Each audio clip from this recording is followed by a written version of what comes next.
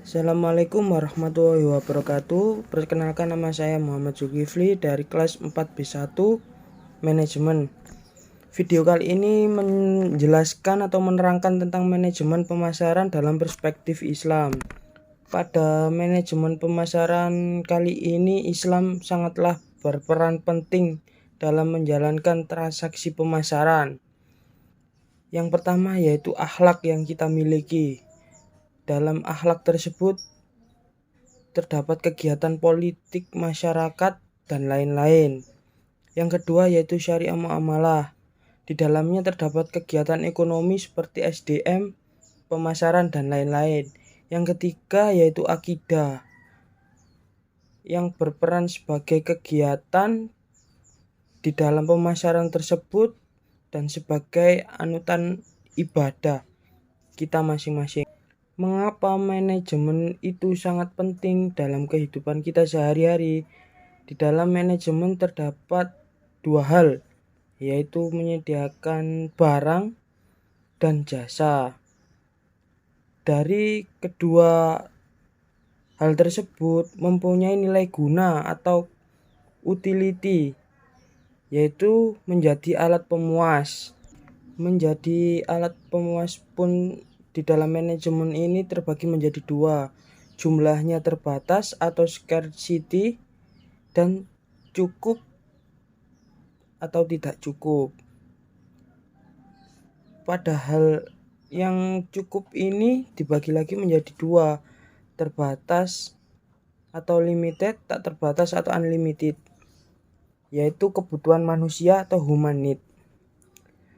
Dalam perspektif Islamnya muncul masalah ekonomi. Yang pertama kemiskinan individu negara, yang kedua kemiskinan negara. Kemiskinan individu negara bercabang lagi menjadi distribusi barang dan jasa.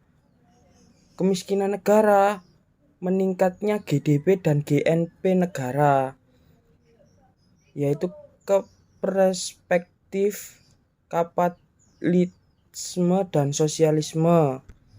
Manajemen sendiri dalam pandangan Islam, yang pertama dijelaskan dari Quran surat As-Sajdah ayat 5, yang artinya dia mengatur urusan dari langit ke bumi, kemudian urusan itu naik kepadanya dalam satu hari yang kadarnya adalah 1000 tahun menurut perhitunganmu. Menurut Quran surat yang kedua yaitu dari surat Yunus ayat 3, sesungguhnya Tuhan kamu ialah Allah yang menciptakan langit dan bumi dalam 6 masa, kemudian dia bersemayam di atasnya arsy untuk mengatur segala urusan. Tiada seorang pun yang akan memberi syafaat kecuali sesudah dan diizinnya. Zat yang demikian itulah Allah Tuhan kamu, maka sembahlah dia. Maka apakah kamu tidak mengambil pelajaran? Syariat Allah sebagai tata aturan utama dalam manajemen, khususnya di dalam manajemen pemasaran ini. Terdapat dari Quran surat Al-Jathiyah ayat 18 yang berbunyi summa ja'alna ka'ala syari'ati minal amri fattabi'ha wala tattabi ahwal ladina la ya'lamun, yang artinya kemudian kamu menjadikan bagi kamu suatu syariah, maka ikutilah syariah itu, jangan ikuti hawa nafsu orang-orang yang tidak memahami syariah. Itu tadi adalah pengertian manajemen pemasaran secara konvensional atau secara umum, dan sekarang manajemen pemasaran secara syariah, yang merupakan penerapan suatu disiplin bisnis strategis yang sesuai dengan nilai dan prinsip syariah. Pemasaran syariah dijalankan berdasarkan konsep keislaman yang telah diajarkan Nabi Muhammad SAW. Terdapat 3 unsur dalam pemasaran syariah. Yang pertama karakteristik pemasaran syariah, yang kedua etika atau akhlak pemasaran, yang ketiga implementasi pemasaran syariah. Pada manajemen pemasaran secara syariah ini kita perlu melihat dari cara Rasulullah SAW, yaitu yang pertama mengenal konsep produk pada zaman Rasulullah. Beliau selalu menjelaskan dengan baik kepada pembelinya tentang kelebihan dan kekurangan produk yang beliau jual. Rasulullah bersabda, dua orang yang berjual beli masing-masing mempunyai hak pilih untuk meneruskan jual beli atau tidak. Selama keduanya masih belum berpisah, jika keduanya berlaku jujur dan berterus terang, maka keduanya mendapat berkat dengan jual beli mereka. Tetapi jika mereka berdusta dan menyembunyikan cacat, hilangnya berkat jual beli mereka. Hadis tersebut dari Muslim, dari Hakim bin Hizam radhiyallahu anhu.